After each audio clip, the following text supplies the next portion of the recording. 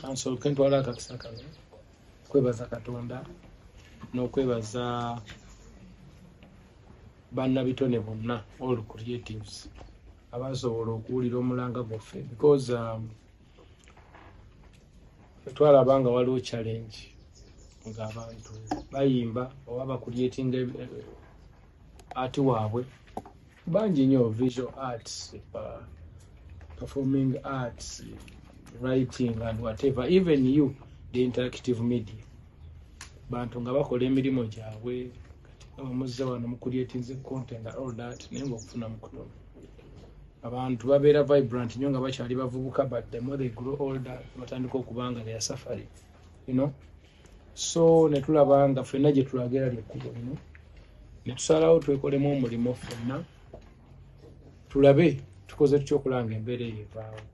Twamanya what could the problem be, twali twabula engeri gye tuyinza okutuula ne tutegeeza abantu abatukulembera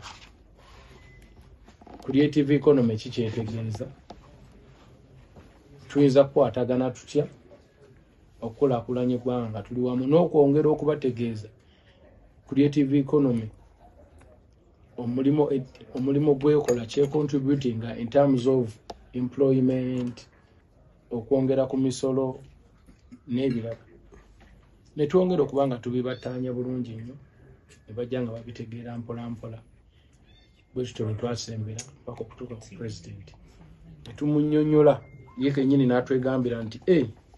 bintu bino ebimu mbadde sikola ki sibimanyi kubanga ffe twajja wano nga tuvudde mu ntalo. Ninaaga mwebale kukinsembereza kumpi nemanya nti kyekyetaaga okuba nga kikolwako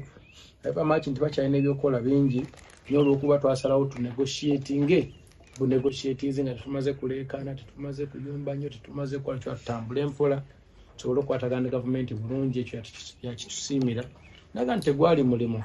naye kati nange maze okwetegereza okusinziira ku byemunnyonnyodde ne reports zenzija ngenda nfuna kati guno tukkirize nti nagwo mulimo era guyambira ddala bannayuganda okugenda mu maaso. So n'atuyamba n'abeera part of the ate nadda eno ewaffe naye nga alwana okulaba nti processi zino zanguwako kuba yakitegeera bulungi. So tumwebaza olw'ekyo president. Then wano we tutuuse era ndowooza we are waiting okulaba nga